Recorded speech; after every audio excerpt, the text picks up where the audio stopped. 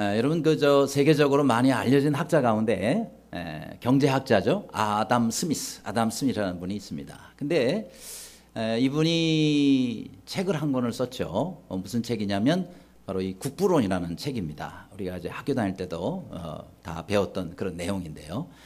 이분은 또 자유주의, 그러니까 경제 자유주의라 할까요? 거기에 창시자라고 볼 수가 있습니다. 우리가 지금 자본주의 시장 경제 이거를 처음 시작한 그런 사람이라고 또 볼 수가 있죠. 근데 이 국부론이라는 책에 보면은 보이지 않는 손에 대한 그런 말이 나옵니다. 보이지 않는 손.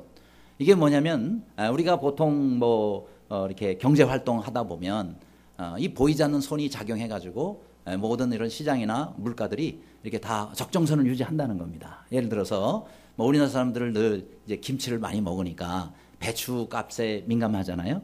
그런데 이제 이 배추를 또 이렇게 재배를 하다 보면 이 배추가 어떤 많이 공급될 때가 있습니다. 그래서 시장에 배추가 넘쳐나게 되면은 가격이 떨어집니다. 가격이 떨어지면은 우리는 좋은데 이거 이제 생산자들은 가격이 떨어지니까 이게 폭락이 돼가지고 말이죠. 막 갈아엎기도 하고 막 그러잖아요. 그러다 보면 이제 그 다음에 해는 또 사람들이 배추값이 너무 싸고 이익도 별로 안 남으니까 이제 배추 농사를 잘 안 합니다. 안 하니까 또 배추가 별로 없어요. 그러니까 또 가격이 또 올라갑니다. 올라가면 또 더 많이 만들면 또 떨어지고 그러면서 적정선이 이렇게 유지가 되는 것은 바로 보이지 않는 손의 역사 때문에 그렇다. 그렇게 말을 하면서 이 내용을 말합니다. 그런데 이렇게 경제에만 보이지 않는 손이 있는 게 아니고요.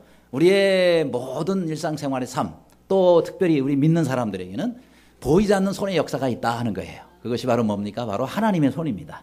하나님의 손은 눈에 보이지 않지만 분명히 있으시고 또 그것을 통해서 우리에게 아주 구체적으로 우리에게 은혜를 베푸시고 또 역사해 주신다 하는 겁니다. 자, 그렇다면 우리 하나님의 손은 눈에 보이지 않지만 과연 우리 하나님의 손은 어떤 손이냐 하는 겁니다. 첫째로 우리에게 힘을 주시는 손이시다 하는 겁니다.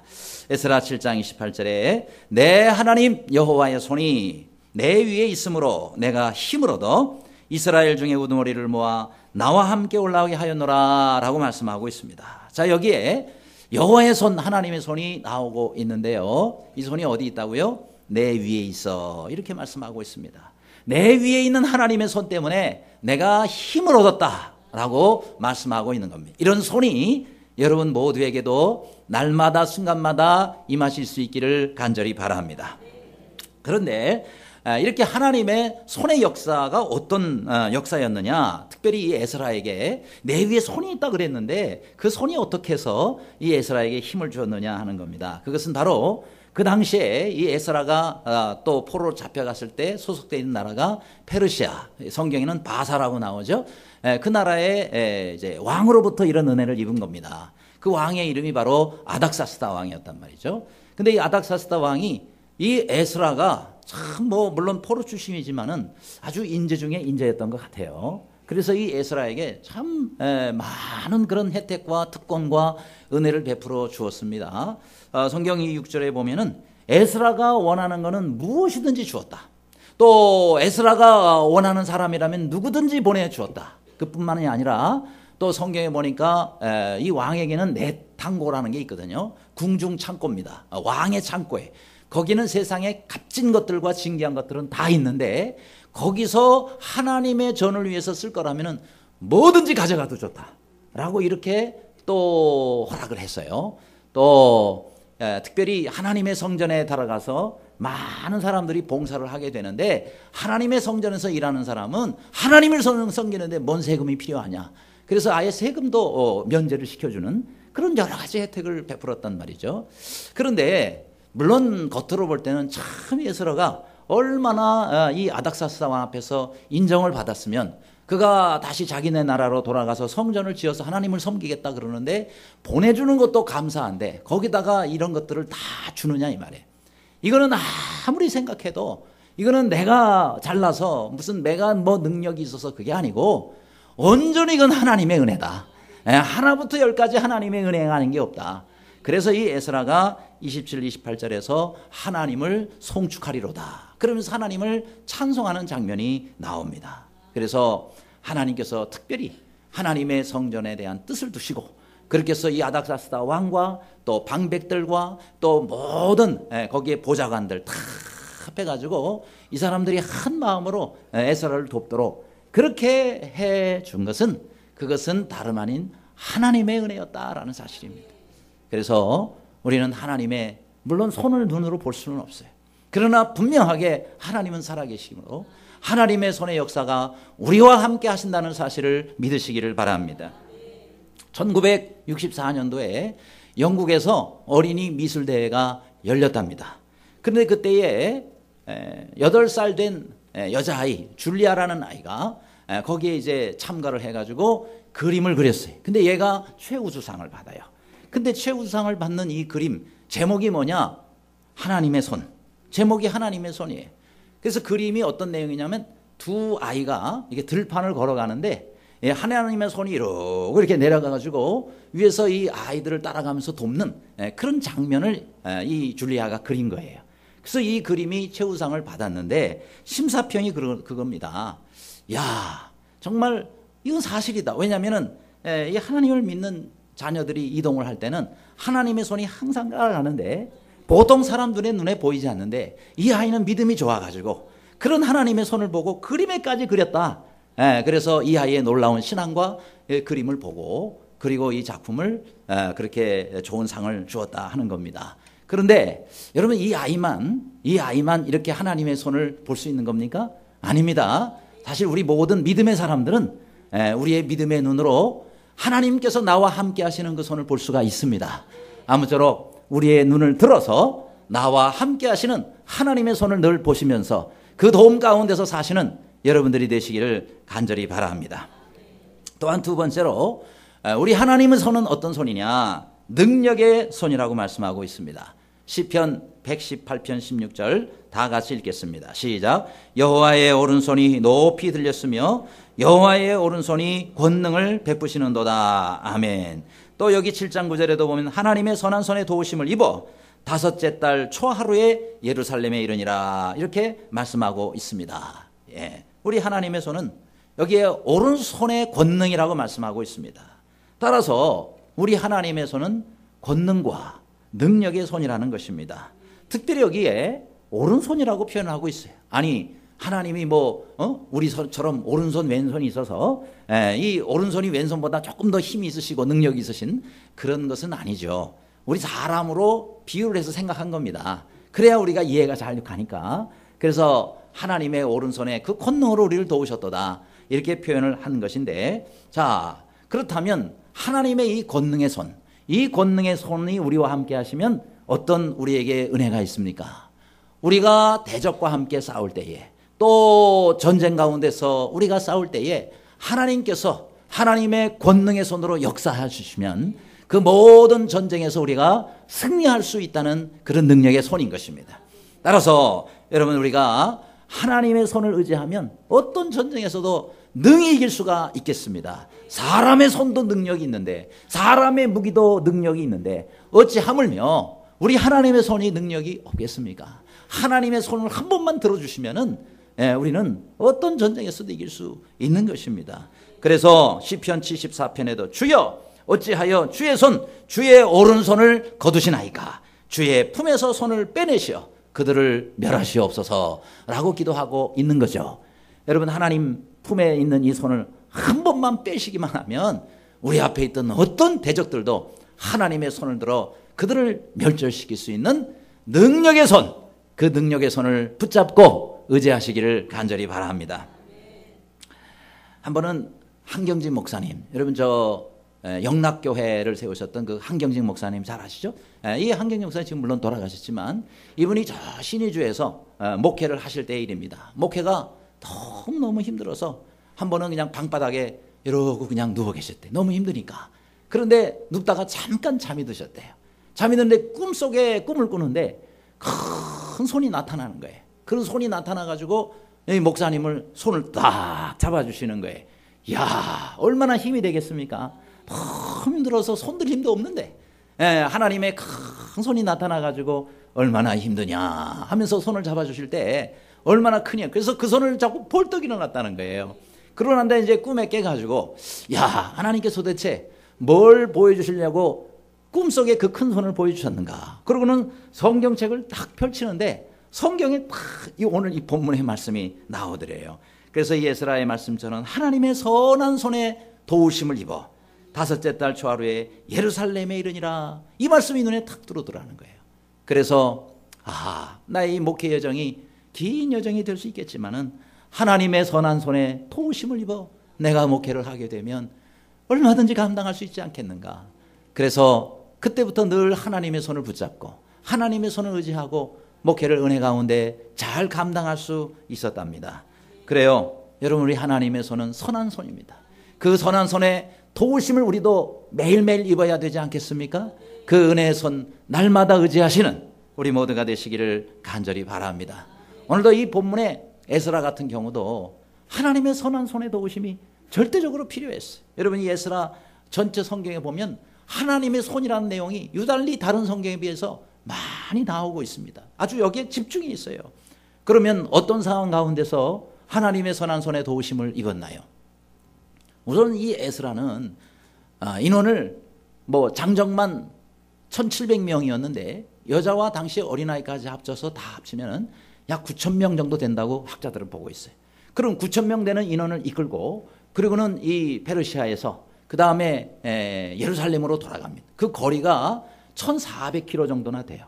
아주 먼 거리예요. 거기를 차 타고 가는 것도 아니고 당시엔 걸어서 갑니다. 그게 얼마나 힘들겠어요. 뿐만 아니라 또 거기에 걸린 날짜도 성경에 보니까 다섯째 날 초하루니까 1월 초하루에 떠났다가 다섯째 달, 그러니까 5월 1일에 도착한 거니까 만 4개월이 걸린 겁니다. 4개월 동안의 여행이에요. 그리고 얼마나 또 그 길이에 많은 어려움들이 있었겠습니까? 또 많은 대적들, 또 많은 강도들의 위험도 있겠지요. 이런 그 어려움들 가운데 이 에스라는 하나님의 손에 도우심을 입었다. 그러면은요, 이 모든 어려움으로부터 하나님이 다 지켜주셨다는 사실입니다. 여러분, 하나님이 지켜주시면 두려움이 없는 줄로 믿습니다. 하나님이 지켜주시는데 무슨 두려움이 있느냐. 여러분, 영국에 어떤 장군이 있었대요. 이 장군이 가족들과 함께 배를 타고 항해를 하게 됐다. 여행을 하게 됐는데 풍랑을 만나게 된 거예요. 막 풍랑 치니까 이제 사람들이 이제 우리 죽었다 이렇게 생각을 한 거예요. 다들 두려움에 떱니다. 이 장군의 가족들도 두려움에 떱니다. 그런데 이 장군만은 전혀 두려워하지 않는 거예요. 조금도 당황하지 않는 거예요. 괜찮아. 아무 일 없을 거야. 염려하지 마. 정말 얼마 지나지 않아서 이제 이 풍랑이 잠잠해지게 됐어요. 안정을 되찾은 이 장군의 부인이 남편에게 말합니다. 아니 여보, 우리 가족이 다 죽을지도 모르는데 어떻게 당신은 전혀 두려워하지도 않고 그렇게 대단하게 있을 수가 있냐고. 그러니까 이 장군이 갑자기 말이죠, 갖고 있던 칼을 쫙 빼가지고는 자기 아내 목에다가 탁 대면서 이 칼로 내가 당신 찌를 수도 있는데 두렵지 않아요? 그러니까 아내가 얘기를 합니다. 아니, 당신이 날 사랑하는데 찔러 죽일 일이 없잖아요. 그러면서 내가 왜 두려워해요? 하면서 이야기를 하더랍니다. 그러니까 이 장군이 하는 얘기가, 여보 맞소. 나도 그래요. 우리 사랑하시는 하나님께서 우리 가족을 사랑하시는데 왜 하나님께서 이 풍랑 가운데 우리를 멸하시겠느냐. 하나님께서는 우리를 사랑하시기 때문에 반드시 우리를 지켜주실 거예요. 그러니 염려하지 않고 두려워하지 않는 것이 당연한 게 아니겠소? 라고 이야기를 하더랍니다. 그래요. 우리가 어떤 여행, 어떤 모습, 어떤 장소에서 우리가 있다 할지라도, 어떤 위험이 우리에게 닥친다 할지라도 여러분 주님을 끝까지 믿으시기를 바랍니다. 주님을 의지하시기를 바랍니다. 왜요? 하나님이 날 사랑하시니까 하나님이 나를 지켜주신다 하는 겁니다. 하나님의 나보다 더 크신 능력의 손으로 지켜주신다는 거예요. 별로 아멘들이 없으신데 여기서 여러분이 잘 이해가 안 간다, 또 체험이 없다 이런 생각을 하시는 것 같아요. 그래서 제가 한 이야기를 더 합니다. 여러분 미국의 유명한 강철왕 카네기 이야기를 아실 거예요. 이 카네기가 어릴 때는 스코틀랜드에서 자랐답니다. 근데 그 스코틀랜드 어린 시절에 엄마와 같이 과일 가게에 과일 사러 갔어요. 그래서 이 과일을 엄마가 고르는데 카네기가 옆에 있다가 그 집에 말이죠, 과일들이 많이 있는데 특별히 빨갛게 익은 앵두가 이만큼 쌓여있는데 그게 그렇게 먹고 싶더래요. 그래서 그걸 보면서 침만 꿀떡꿀떡 생기고 있는데 그 주인 할아버지가 이 아이를 보니까 귀엽기도 하고 또 그걸 보면서 꿀꺽 침을 삼키는 모습을 보고 얘야 한 줌 가져가라 그렇게 얘기를 한 거예요. 그런데 안 가져가고 그대로 보면서 침만 삼키고 있으니까 이게 왜 그러지? 자꾸 이제 가져가라 그래도 가만히 있는 거예요. 너무 귀엽기도 하고 그래서 애했다 하고 자기가 한 줌 집어가지고 그러고는 이제 이 아이의 주머니에다가 넣어줬단 말이죠. 그러고는 길을 가는데 엄마가 물어보는 거예요. 가서 얘야 왜 할아버지가 한 줌 집어가라 그러는데 너 왜 안 주고 가만히 있었어? 이 카네기가 얘기합니다. 엄마 내가 한 줌 집어봐야 그게 몇 개나 내 손에 들어오겠어요. 그런데 할아버지가 한 줌 쥐어주면은 내 손보다 훨씬 크니까 똑같은 한 줌이지만은 이게 차원이 다른 거 아니냐고. 그래서 할아버지가 집어줄 때까지 가만히 있었대네요. 그러니 이 아이가 얼마나 지혜롭습니까? 그렇죠? 그러니까 내 손 이거 가지고 우리가 뭔 일을 할 수 있겠어요? 내가 능력이 있으면 얼마나 능력이 있고 내가 재능이 있으면 얼마나 있겠냐 말이죠. 그러나 우리 하나님의 손은요 우리와 비교할 수 없는 손입니다. 그 하나님이 한 번 역사를 하시면 여러분 모든 게 끝나는 거 아니겠어요? 그래서 우리가 하나님께서 나를 도우시고 하나님의 손이 역사할 때까지 기다리자는 거예요. 이 가메기가 할아버지가 손으로 한 줌 집어줄 때까지 기다렸던 것처럼 5년이 걸릴 수도 있고 10년이 걸릴 수도 있습니다. 믿음으로 기다리시기를 바랍니다. 하나님의 손이 역사할 때까지 기다릴 때에 하나님께서 역사해 주시잖아요. 그런 믿음으로 날마다 하나님의 손을 의지하며 사시는 여러분들이 되시기를 간절히 바랍니다. 세 번째로 우리 하나님의 손은 어떤 손이에요? 공급해 주시는 손이시다 그랬습니다. 민수기 11장 23절 다 같이 읽겠습니다. 시작. 여호와께서 모세에게 이르시되 여호와의 손이 내가 이제 내 말이 내게 응하는 여부를 보리라. 아멘. 그렇습니다. 우리 하나님의 손은 기적의 손이에요. 우리 하나님의 손은 능력의 손인데요. 특별히 우리의 필요를 공급해 주시는 그런 손이시다 하는 겁니다. 자, 이 말씀의 배경은 뭐죠? 모세가 광야로 갑니다. 이스라엘 백성들을 이끌고 갑니다. 저들이 출애굽을 해서 가지만 광야에 뭐가 있겠어요? 그저 부는 건 바람이고 보이는 건 들판밖에 없단 말이죠.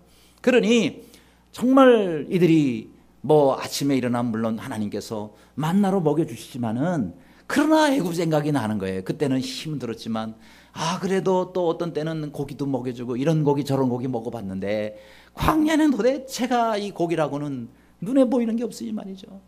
그래서 여러분 같으면 어떻게 하겠어요? 그럴 때는 여러분 기도하시잖아요. 하나님 고기가 먹고 싶거든요. 그러니까 고기 좀 주세요 하고 기도를 하실 텐데 이분들은 그 정도도 그때 안 됐던 것 같아요. 그러니까 모세한테 막 원망하는 우리를 왜 이딴 곳에 데려와가지고 고기도 못 먹게 고생을 시키냐. 그러니까 모세는 하나님 앞에 기도하잖아요. 하나님 저 백성들이 고기 먹고 싶다고 나를 이렇게 힘들게 합니다. 하나님 고기 좀 주세요. 그랬더니 하나님이 뭐라 그러세요? 모세야 내가 그럼 고기를 줄 텐데 아주 그냥 입에서 신물이 나도록 내가 너희한테 고기를 먹여주리라. 그런 거예요. 그랬더니 모세가요 너무 쉽게 하나님 응답하시니까 이해가 안 간 거예요. 왜냐? 아니 하나님 지금 여기 장정만 60만이고 여자와 어린아이까지 합치면 200만이 넘는 이렇게 많은 인구에 바다의 고기를 몰아온들 그게 가능하겠습니까? 양떼 소떼를 잡은들 그게 가능하겠습니까? 하고 하나님한테 얘기를 했어요. 그러니까 하나님께서 하신 말씀이 바로 오늘 우리가 함께 읽었던 23절 말씀이에요. 여호와께서 모세에게 이르시되 여호와의 손이 짧으냐? 여호와의 손이 짧아졌느냐? 내 손이 짧아졌느냐? 내 말이 임하는 것을 내가 보리라. 내가 직접 보게 되리라 라고 하나님이 말씀하신 것입니다. 그래요. 우리가 하나님의 손이 어찌 짧아졌겠어요? 우리의 믿음이 짧아진 거죠. 그렇죠? 어찌 하나님께서 한계가 있겠어요? 내 믿음이 한계가 있는 것이겠죠. 그래서 우리는 하나님께서 나와 함께 하시고 하나님께서 내게 공급해 주신다면 하나님은 어떤 것이라도 주실 수 있는 분이시다 라고 믿으시기를 바랍니다. 정말 실제로 그들에게 하나님께서 메추라기를 보내주셨는데요.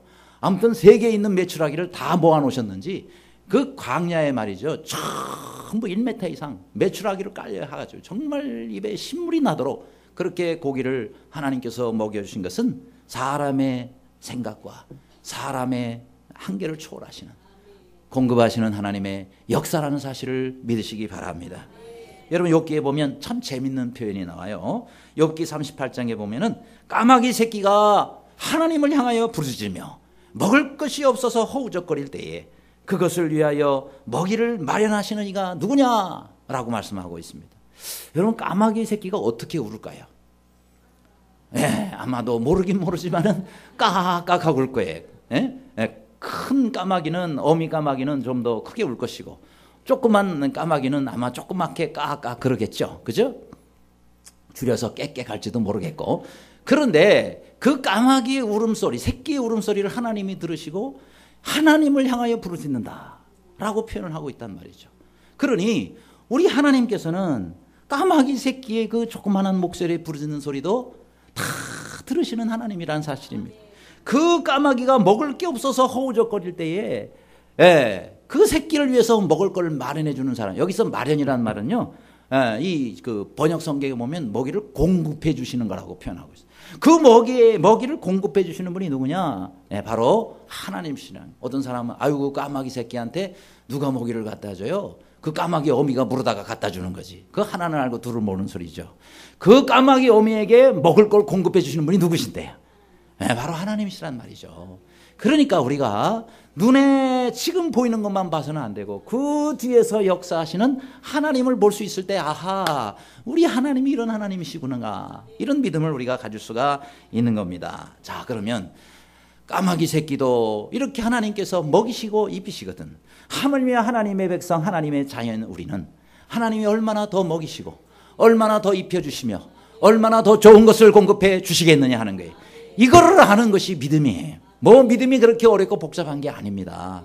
우리가 자꾸 신학적으로 믿음을 이해하려고 하지 말고, 하나님께서는 들에 있는 들국화 하나도, 아니면 공중 나는 새 하나도 먹이시고 입혀주시는데, 하나님의 사랑하는 자녀라 그러면서 하나님이 없는 게 없다 그러시면서 못하시는 게 없다 그러시면서 어찌 하나님이 나에게 이런 것들을 주시지 않겠느냐라고 생각하는 게 뭐예요? 믿음이다 하는 거예요.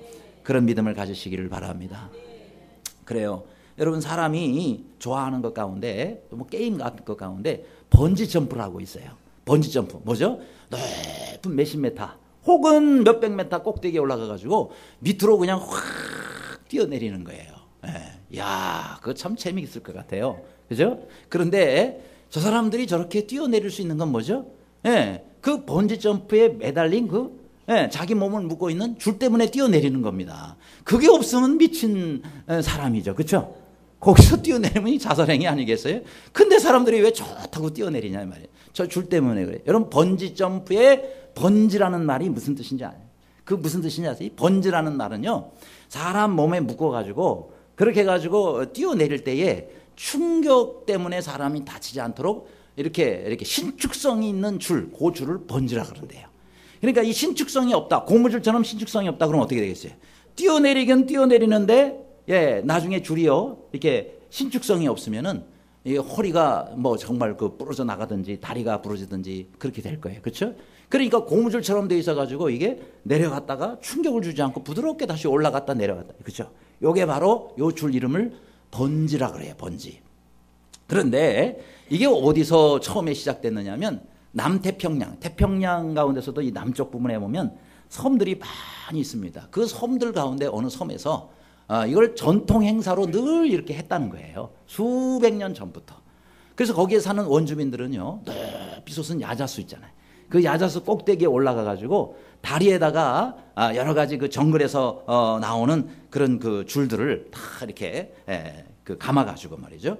그렇게 해서 거기서 뛰어내린다는 거예요. 다리에다 묶어 가지고. 그러니까 그 줄이 이제 신축성이 있어 가지고 그렇게 해서 죽지 않고 뛰어내리는데, 이것도 보통 용기가 있으면 하기 어려운 일이랍니다. 그렇게 해서 뛰어내리는 그것이 관광 상품이 돼가지고 이제 나중에 지금은 전 세계에 번지 점프라는 것이 유행이 돼서, 그래서 곳곳에 우리나라에도 많이 있잖아요. 번지 점프를 이렇게 한다고 합니다. 그런데 자, 저 줄 하나에 사람이 의지해서 말이죠, 뛰어내리는 게 이게 보통 용기를 가지고 있지 않으면 안 되죠. 왜요? 저 줄이 끊어지면 어떡할 거예요? 그죠? 저 줄이 잘못되면 어떡할 거냔 말이에요. 저도 군 생활을 하면서 그러면서 이제 처음에 들어가자마자 입대하자마자 4개월을 훈련을 받았어요. 4개월 중에 2주를 유격 훈련을 받았습니다.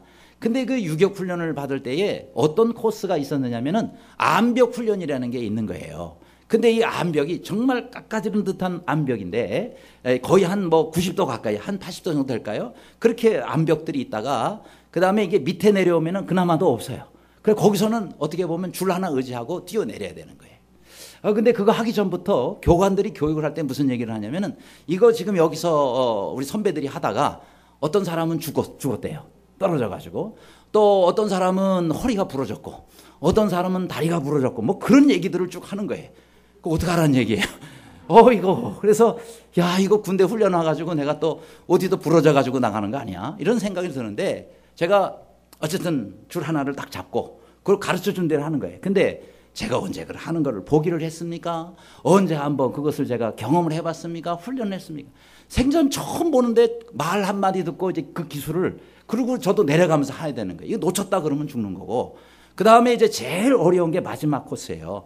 이렇게 이제 바위는 들어가 있는데 위에서 거의 한 15m, 20m 되나? 그 거리를요, 이 줄을 가지고 뛰어내려야 되는 거예요.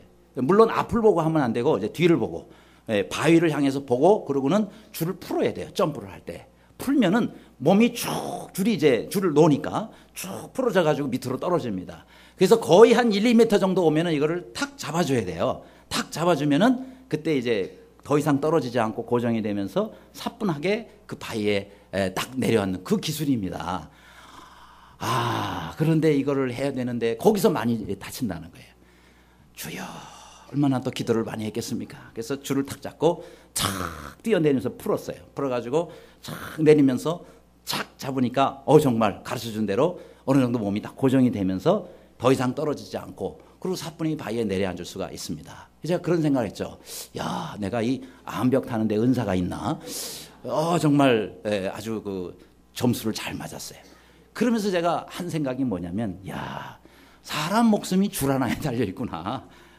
그런데 하필 다른 사람은 괜찮았는데 나 때에 이 줄이 마침 좀 시원찮은 줄이 돼가지고 그래서 하필 내가 이 줄을 붙잡고 내려가는데 끊어져가지고 내가 돌아가셨더라. 이렇게 되면 어떻게 될 건가? 별 생각이 다 들더라고요.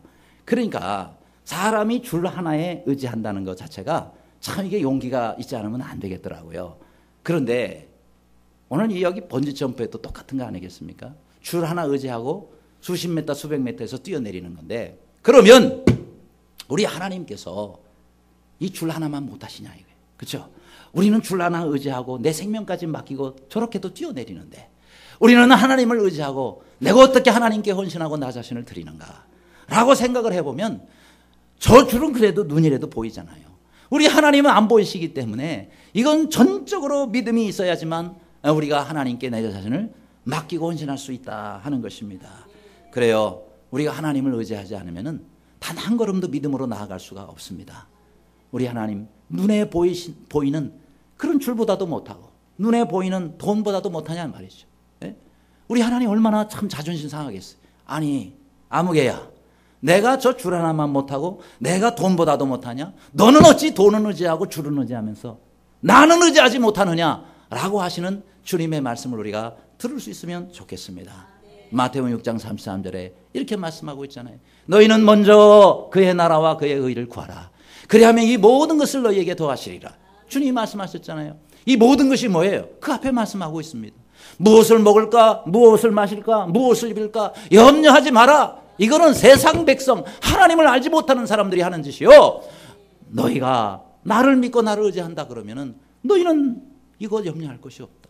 먼저 그의 나라와 그의 의를 구하기만 하면 이 모든 것 의식주 문제는 내가 책임져 주마 라고 하시는 이 하나님의 말씀을 믿으시기를 바랍니다. 그럴 때 우리가 믿음의 삶을 살 수가 있는 거예요. 여러분 록펠러 아시죠? 이 록펠러가 세계교회운동협의회의 회의에 참석을 하게 됐어요. 초청 강사로. 그래서 거기서 이분이 강연을 하는데 핵심 내용은 이겁니다. 내가 어떻게 이렇게 많은 돈을 소유하게 되었는가? 이것은 전적으로 하나님의 도우심의 손길 때문이었습니다. 이렇게 고백을 했어요. 그런데 이 록펠러는 세 가지 기적을 이룬 사람이라 그러잖아요. 첫 번째는 가장 가난한 사람이 가장 부유한 사람이 됐어요. 또 이 록펠러는요, 가장 남에게 많은 것을 기증했어요. 가장 많은 돈을 다른 사람을 위해서 이 사람이 기증을 했어요. 또 하나 기적은 뭐냐면은 이 사람이 98세까지 사는 동안에 이 하나도 썩은 게 없이 이 하나도 썩은 게 없이 그렇게 건강한 몸으로 살았다는 거예요. 이게 뭐죠? 다 하나님의 도우심의 손길 때문에. 여러분, 우리 하나님께서 우리를 이렇게 도우셔야 되지 않겠습니까? 우리에게 이렇게 하나님의 손으로 은혜를 베풀어 주시기를 우리가 기도하고 있지 않습니까? 아무쪼록 늘 우리를 이렇게 공급해 주시는 그 하나님을 늘 의지하시는 여러분 되시기를 간절히 바랍니다. 끝으로 우리 하나님의 손은 어떤 손인가요? 인도하시는 손이십니다. 에스라 8장 22절에 우리 하나님의 손은 자기를 찾는 모든 자에게 선을 베푸시고, 또 시편 149편에도 거기서도 주의 손이 나를 인도하시며 주의 오른손이 나를 붙드시리다 라고 말씀하고 있습니다. 따라하시기 바랍니다. 거기서도 주의 손이 나를 인도하십니다. 네, 어디가 됐든 거기서도 주의 손이 나를 인도하신다 그랬어요. 우리 하나님의 손은 인도하시는 손입니다. 그렇죠? 언제요? 우리가 의지할 때, 내가 주님을 의지할 때 하나님은 나를 인도하시고 나의 모든 것을 붙잡아 주시는 분이시다는 거예요. 그래서 잠언 3장에도 너는 범사의 글을 인정하라. 너는 범사의 글을 인정하라. 그리하면 그 길을 지도하시리라 그랬습니다. 이 지도하신다라는 말은 우리의 길을 아주 곱게 만들어 주신다라는 뜻을 가지고 있는 말씀입니다. 우리가 범사의 모든 일에 우리가 주님을 인정하고 우리 주님께 맡기면 하나님께서 우리의 모든 앞길을 평탄케 해주시고 그 길을 곧게 만들어 주시는 분이시라고 말씀하고 있습니다. 따라서 우리가 하나님을 의지하되 끝까지 의지하자 하는 겁니다. 에스라 8장에 보면 우리 하나님의 손은 자기를 찾는 자에게 선을 베푸신다 그랬습니다. 그래서 우리가 해야 할 일은 뭐죠? 늘 하나님을 찾는 거예요. 모든 일에 하나님, 이 일에 하나님 역사해 주세요. 하나님, 이 일에 하나님의 손의 능력을 베풀어 주세요. 이렇게 하는 겁니다. 특별히 이 에스라 같은 경우는요, 지금 아까 9천여 명이라 그랬죠. 이 9천여 명을 이끌고 그리고는 예루살렘으로 가는데 매우 위험한 길들입니다. 왜냐하면 길에 그냥 지나가도록 놔둡니까? 거기엔 여러 대적들이 있죠. 그 다음에 또 많은 강도들이 매복을 해 있죠. 이들이 어마어마한 보물들을 가지고 가거든요. 그러니 그거 그냥 다 뺏길 수밖에 없는 그런 상황이 될 수가 있습니다. 그러면 이거를 다 해서 보내는 이 아닥사스다 왕의 입장에서는 이들이 그런 어려움을 당하지 않도록 어떻게 해요? 호위 군사들을 보내줄 수가 있어요. 또 그 당시엔 그게 또 당연한 일이고, 더군다나 에스라에게 이 모든 것들을 제공하면서 왕이 안전하게 갈 수 있도록 왜 배려를 안 해주겠습니까? 그래서 이 에스라에게 군대를 보내줄 테니까 여러분들이 갈 때 호위를 해줄 테니까 그렇게 가라라고 얘기를 합니다. 그런데 에스라가 뭐라 그래요? 왕이시여, 그렇게 안 하겠습니다 하는 거예요. 거절을 했어요. 군대를 지원해 주겠다 그러는데 에스라가 거절합니다. 왜 거절했느냐? 부끄러운 일이라는 거예요. 아니, 왜 이게 부끄러운 일이죠? 군대가 이 지금 에스라와 그와 함께 하는 일행을 지켜주는데 왜 그게 부끄러운 일이냐? 에스라의 말을 들어보세요. 에스라는 우리는 하나님을 지금 믿고 있습니다. 그리고 하나님의 은혜로 돌아갑니다. 우리가 하나님을 더 잘 섬기기 위해서, 그래서 우리가 지금 이곳에서 있는 모든 것들을 다 포기하고 우리가 돌아가는데 하나님께서 우리를 마땅히 지켜주시지 않겠습니까? 그런데 우리가 그 하나님을 의지하지 않고 군대를 의지하고 우리가 간다 그러면은 어찌 이것이 하나님의 이름 앞에 누가 되지 않겠느냐? 그러면 세상 사람들이 얘기할 것이다. 너희가 안전하게 돌아갔다고? 그거 아닥사스다 왕의 군대가 지켜줘서 간 거지 뭔 하나님이 지켜주셨냐고 얼마든지 얘기할 수 있는 거예요. 그런데 군대를 의지하지 않고 오직 하나님만을 의지하고 우리가 이렇게 가서 무사하게 도착했다 하면 이건 전적으로 하나님이 우리를 지켜주신 거라고, 그렇게 하나님께 영광을 돌릴 수 있는 거 아니겠느냐 하는 거예요. 그래서 오히려 군대를 의지하는 것이 부끄러운 일이라고 그렇게 성경은 고백하고 있는 겁니다. 그래서 에스라는 어떻게 합니까? 이제 하나님 앞에 기도하는 거예요. 하나님, 우리 군대도 의지하지 않습니다. 다른 어떤 것도 의지하지 않습니다. 하나님, 우리를 지켜주세요. 그러면서 23절에 보면 우리가 이를 위하여 금식하며 우리 하나님께 간구하였더니 그의 응낙하심을 입었느니라 그랬습니다. 따라하시기 바랍니다. 우리 하나님께 간구하였더니 그의 응낙하심을 입었느니라. 이것이 여러분의 고백이 되실 수 있기를 바랍니다. 우리가 나의 하나님께 기도했더니 하나님의 응답하심을 내가 입었습니다. 이게 우리의 간증이요, 우리의 고백이 되지 않겠습니까? 하나님을 의지하며 산 사람, 하나님을 믿으면서 산 사람만이 이런 간증이 있을 수 있는 것입니다. 그렇지 않으면 뭔 간증이 있겠어요?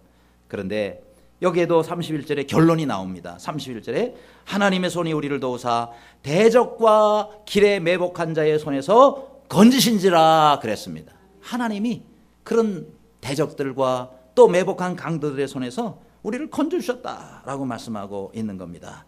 그렇습니다.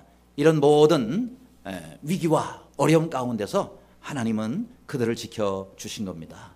우리가 하나님이 우리 눈에 보이지 않는다고 없는 것처럼 살아서는 안 되는 거예요.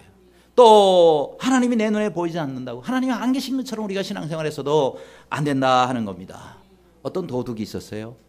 이 도둑이 자기 동네 성당이 있었는데 성당에 이제 종이 있잖아요. 근데 그 종이 늘 아름다운 소리를 내니까 욕심이 났어요. 저 종만 내가 훔쳐가면은 한몫 단단히 볼 수 있을 텐데, 그러고는 기회를 노리는데 이게 쉽게 가져갈 수가 없는 거예요. 왜냐하면 그 종은 어떤 특징이 있냐면 도둑이 이걸 훔쳐가면은요 땡그렁땡그렁하고 스스로 울리는 그런 종이에요. 그러니 이걸 훔쳐가면은 종소리가 울리니 사람들이 쫓아오면은 금방 잡힐 거 아니겠어요? 야, 이거 어떻게 하면 좋을까? 어떻게 하면 좋을까? 그렇게 이제 연구를 하다 드디어 기발한 아이디어를 하나 생각을 해냈어요. 야, 그렇게 하면 되겠구나. 그러고 난 다음에 드디어 모든 만반의 준비를 끝내고 그리고는 몰래 올라가서 그리고 종을 다 꺼냈어요. 그리고는 이제 훔쳐가지고 도망을 갑니다. 물론 이 도둑은 종소리를 들을 수가 없었죠. 하지만 사람들에게는 종소리가 들렸어요. 그래가지고 사람들이 야 하고 쫓아가가지고 금방 이 도둑을 잡을 수 있었답니다. 자, 그러면 어떻게 해서 이 도둑은 잡히게 됐겠느냐 하는 겁니다. 이 도둑이 고심하면서 그가 기발한 아이디어라고 만들어낸 아이디어가 뭐냐? 자기 귀를 솜으로 막는 일이었습니다. 솜으로 자기 귀를 막아요. 그러면 종소리는 나는 안 들리죠. 도둑은 안 들려요. 누가 들어요? 남들이 다 듣는 거예요. 그러니 잡힌 거죠. 야, 이거 참 세상에 이런 어리석은 사람이 있냐. 아니, 자기 귀에 안 들린다고, 그러고는 안 들린다고 이거를 가지고 도망가는 이런 어리석은 도둑 같으니라고. 하지만 우리 시대에도 그런 어리석은 도둑들이 많더라고요.